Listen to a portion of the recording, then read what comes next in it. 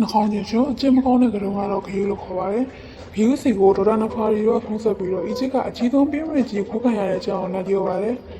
ဂေးလည်းကြကြပြီးသူ့ရဲ့လိုဝက်ချင်ကိုသွားပြီးတော့မီနီယန်တွေကိုစီးဝေးခေါ်လိုက်ပါတယ်အစည်းအဝေးမှာဂေးကသူ့ရဲ့လက်အောက်ခိုးမဲ့အကြံစီအကြောင်းကိုတွေ့ရပါတယ်လက်အောက်ခိုးဖို့အတွက်ဆိုရင်အရင်ဆုံးအရာဝတ္ထုတွေကိုချောင်းအောင်လုပ်ရင်းနဲ့တနက်ကိုအရင်ခိုးရမှာပါယူနဲ့မီနီယန်တွေကတနက်ဆက်လက်ခံခေါင်းမို့ကိုဖောက်ပြီးတော့အလွယ်တကူပဲခိုးသွားပါတယ်ဒါပေမဲ့ဘတ်တာကကလုံးပေါ်ထိပ်ပြီးတော့ခိုးသွားမှာမကဂေးရဲ့ရင်ကပါရန်ဒီတန်းတဲ့ဒီခဲလို့ဂေးလည်းရင်သေးလေးကိုနေရာတက်ခွာစီပြီးအញ្ញံခဲ့ရပါတယ်တကယ်တော့ပြီးရမယ့်ကိုခိုးသွားတဲ့ခိုးကလည်းဘတ်တာပဲရှင်းနေပါတယ်နောက်နေမှာဂေးကရောင်ချီတနက်ကိုရင်ရဖို့အတွက်ဘတ်တာရဲ့အိမ်နာကိုချိကပ်သွားပါတယ်ဂေးကအိမ်ထဲကိုမျိုးမျိုးကျွတ်သွားပြီးမြတ်ဘတ်တာကအေးဆေးပဲလို့မျိုးစင်းနေတုံရလိုက်ပါတယ်အဲ့ဒီအချိန်မှာမီယိုမက်ကီယာကကိုရောက်တဲ့ကလေးမလေးတို့ရောက်ဘတ်တာရဲ့အိမ်ရှိကိုရောက်လာပါတယ်ဘတ်တာကကလေးမလေးတွေကိုလေတကူမဲ့ဝင်ပေးလိုက်တော့နေတော့ဂေးကအကျဉ်တစ်ခုရသွားပါတယ်နောက်နေ့ဂေးကသွားဆောင်ဝင်ရောက်ဆောင်ပြီးတော့မီယိုမက်ကီယာသွားပြီးကလေးမလေးတွေကိုမွေးစားလိုက်ပါတယ်အရောက်တဲ့ခါမှာတော့ဂေးကကလေးမလေးတွေကိုဟိုအမကင်နဲ့ဒီအမကင်နဲ့စီးငန်းနေထုတ်ပြီးတော့အလုပ်သွားလုပ်ပါတယ်ကလေးမလေးတွေကလည်းဂေးစကောင်းအောင်ထောင်မဲ့အိမ်ထဲကပစ္စည်းတွေကိုလိုက်ကလေးပါတယ်ကလေးရင်နဲ့ဂရီရဲ့လိုဝက်ခံကိုဖွင့်လိုက်မိသလိုဖြစ်သွားပါတယ်တစ်ဖက်မှာလည်းဂလူကဒေါက်တာနဖာရီရိုနဲ့ကုကီဆေးအုပ်တွေကိုထွန်းနေပါတယ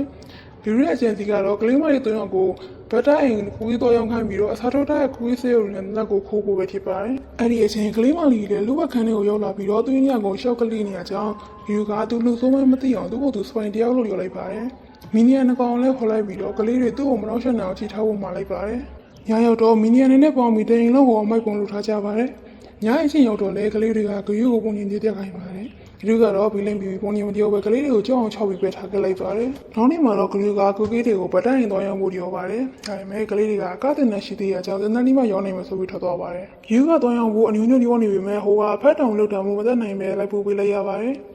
်အနကသူ့ရဲ့ကားဘွဲကိုဂယူကိုဖွေးလိုက်ပြီးတော့မလာမနေရကလေးတောင်းလိုက်ပါတယ်အကားတင်တဲ့ဒီမှာပဲဂယူလည်းသူ့ရဲ့စီစဉ်တဲ့ဗတ်တိုင်းကူကီးသွားရောက်ပါတယ်ဘတ်တာအိမ်နဲ့ရောက်တဲ့အခါမှာတော့အတူနဲ့စီရောထားတဲ့ကူကီးဆေးရုပ်တွေကစတင်လို့ရှားပါတယ်။လုံခြုံရေးစနစ်အလုံးကိုကူကီးဆေးရုပ်တွေကပေးလိုက်တာကြောင့်ယူတို့လည်းတနက်ကိုအောင်ရင်ပဲခိုးလိုက်နိုင်ပါတယ်။ပြင်လာရင်ကစားကွင်းလိုက်ရောက်တော့ကစားကွင်းလိုက်ပူပြီးကလေးတွေကအသင်းပူစားကြပါတယ်။ဂီယူလည်းအဆက်ကတော့လိုက်မပို့ချင်ပေမဲ့ကစားကွင်းမှာကလေးတွေကိုထားခဲ့ဖို့စိတ်ကူးရသွားကြောင်းအသာတကြီးပဲလိုက်ဖို့ပေးလိုက်ပါတယ်။ဒါပေမဲ့ဟိုရောက်တော့ယူလာကိုစတာကလူကြီးမပါပဲစီးမရတာကြောင့်ဂီယူပါလည်းစီးလိုက်ရပါတယ်။တနက်ညတဲ့ဂိမ်းမှာလည်းပြင်းမဲ့ဖို့ထီသွားပေမဲ့မလဲလို့ဆိုပြီးဆိုင်ရှင်ကအယုံမပေးပါဘူး။ဆာရှင်ညနေအောင်တည်းရဲ့ဂရုကတော့စိတ်တူပြီးတော့သူ့စနနဲ့ဝင်ရလိုက်တာတနစံလုံးမီရှိုးသွားပြီးတော့အယုတ်ကိုယူလာလိုက်ပါတယ်။အယုတ်ရလို့ဒီလိုနေတဲ့ကလေးတွေကိုကြည့်ပြီးတော့ဂရုလည်းဒီလိုလာပါတယ်။ကစားကွင်းမှာကလေးနဲ့ဖိချက်ဒီလိုလာဂရုကိုကြည့်ပြီးတော့ဒေါ်ရနဖွာရီတို့ကတော့ပုံဝင်မကြထင်နေပါတယ်။ရောင်ချီတဲ့နဲ့ရလာတော့ဂရုလည်းပန်ဥက္ကဋ္ဌကိုဆက်သွယ်ပြီးတော့မီနီယန်ကောင်နဲ့ဆက်သက်ပြနေပါတယ်။ဂရုကသူ့အဆင့်တွေကိုပန်ဥက္ကဋ္ဌကြီးတခြားလေးရှင်းရနေတော့ကလေးရောက်လာပြီးတော့လက်ဆော့သွားတာကြောင့်ပန်ဥက္ကဋ္ဌရှင်မှာရှက်ပွေသွားပါတယ်။ပန်ဥက္ကဋ္ဌကလည်းဘလို့တနက်မျိုးပဲရှိရှိဂရုလိုကောင်မျိုးကိုတော့ဝင်မချင်းနိုင်လို့အကျစ်ပြောလိုက်ပါတယ်။ဂယူလည်းထိတဲ့ချသွားပြီးတော့မီနီယန်တွေကိုသူတို့လောက်အောင်မခွင့်နိုင်လို့အကြောင်းပြောပါတယ်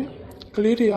ဂယူစိတ်မကောင်းဖြစ်နေအောင်မကြည့်ရတော့ရောင်းသူတို့ဆူထားတဲ့စပူးလေးကိုယူစီပေးလိုက်ပါတယ်။မီနီယန်တွေကလည်းသူတို့မှရှိတာရဲ့အကုန်ထုတ်ပေးကြပါတယ်။ဒီလိုနဲ့ဂယူတို့လည်းလောက်ခုကအကသရင်ကိုဆောက်ကြပါတယ်။စောင့်နေတဲ့တို့တွင်မှာဂယူကဒေါ်လာနှစ်ဖားယူကိုမကူညီပဲနဲ့ကလေးတွေနဲ့ပဲအချိန်ပုံနေပါ။လောက်ခုမရက်နဲ့ကလေးတွေကောက်ဝင်နေတဲ့အတိုင်းနေအကြောင်းဂယူကရွှေရှိနေပါတယ်။ဒေါ်လာနှစ်ဖားယူတို့ကတော့ကလေးတွေညာဂယူစိတ်လိနေအောင်သိပြီးတော့ကလေးတွေကိုမိမမက်ကီရပြန်ပို့လိုက်ပါတယ်။ဂယူကလည်းသူ့အချင်းနဲ့သူဆိုတော့ဘာမှမပြောဘဲညင်နေပါတယ်။တစ်ခါမှလည်းဘန်ဥက္ကဋ္ဌကဘတ်တာကိုခေါ်တွေ့ပါတယ်။တကယ်တော့ဘတ်တာကဘန်ဥက္ကဋ္ဌရဲ့သားထင်နေပါတယ်။ဘန်ဥက္ကဋ္ဌကဘတ်တာကိုဂယူရုံကြီးတဲ့ရတော့တဲ့အကြောင်းရောပြီးတော့ဆူပါတယ်။ဘတ်တာကအခုမှသူ့တဲ့ခိုးခံရအကြောင်းကိုသိပြီးတော့ခင်းတော့ပို့လိုက်ပါတယ်။ဂယူကလည်းကသာရင်မတက်ပြီးတော့လာစီကိုမောင်းနေပါပြီ။ဘတ်တာကရင်မတက်လာပြီးမှဂယူကလည်းစိတ်နဲ့ရှုတ်တက်လိုက်ပါတယ်။နောက်ဆုံးမှာတော့ဂယူလည်းအကသကိုအောင်နေရောက်သွားပြီးတော့လက်ကိုရောင်ချင်းနဲ့ကြည့်လိုက်ပါတယ်။ဂယူလည်းလက်ကိုရပြီးတော့ကလေးမရဲ့ဒီကာပွဲကိုမြင်အောင်ကဘာစီကိုညင်တင်ရပါတယ်။ဒေါ်တော်နဖာရီတို့ဘက်မှာလည်းရောင်ချီတန်းနဲ့ကြည့်ထားတဲ့မီနီယန်ကတရားမျိုးကြီးလာကြရောင်ချီတန်းနဲ့ကြည့်ထားတဲ့ဒီစီတွေက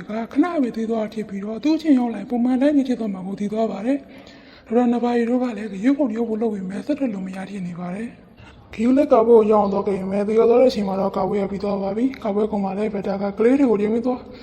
းဆွဲသွားတဲ့စာပို့လို့လိုက်ရပါတယ်။ဘက်တာကကလေးတွေကိုလမ်းလာယူခိုင်းနေကြဂီယူလည်းလောက်ကိုယူပြီးတော့ဘက်တာတီထွက်သွားပါတယ်။ဂီယူကလောက်ကိုပြလိုက်ပြီမဲ့ဘက်တာကကလေးတွေကိုလှုပ်မပေးဘဲနဲ့ဂီယူကိုထုံးချင်နေကြည့်လိုက်ပါတယ်။ဂီယူလည်းစိတ်တူသွားပြီးတော့ထုံးကြီးကိုရှောင်းကဘက်တာစီကိုတက်တက်ရှောက်လာလိုက်ပါတယ်။ဘက်တာကလည်းဂီယူကိုကြောက်သွားပြီးတော့သူ့လျင်နဲ့ထွက်ပြေးပါတယ်။အဲ့ဒီအချိန်မှာပဲဒေါက်တာနဖာယိုရောက်လာပြီးတော့လက်ကမချခင်မှာပဲသူ့ရဲ့ပုံမှန်ရွေးထားတဲ့တယောက်တော်တော့မဲ့အချမ်းကိုဂီယူကိုပြောပြရပါတယ်။မချခင်မှာပဲလက်ကကြီးလာပြီးတော့ဘက်တာကိုတချီသွားပြီးကောင်းကင်ဝန်းကျင်တက်သွားပါတယ်။ဒါနဲ့အတူဘက်တာလည်းပေါ်သွားပြီးတော့လောက်မှတယောက်ထဲပဲတောင်းနေပါတယ်။ ခယူကလည်းကလေးတွေကိုချင်းကြိုက်နိုင်ပြီးတော့အေးချင်းနဲ့ပဲအင်ဂျင်လာကြပါတယ်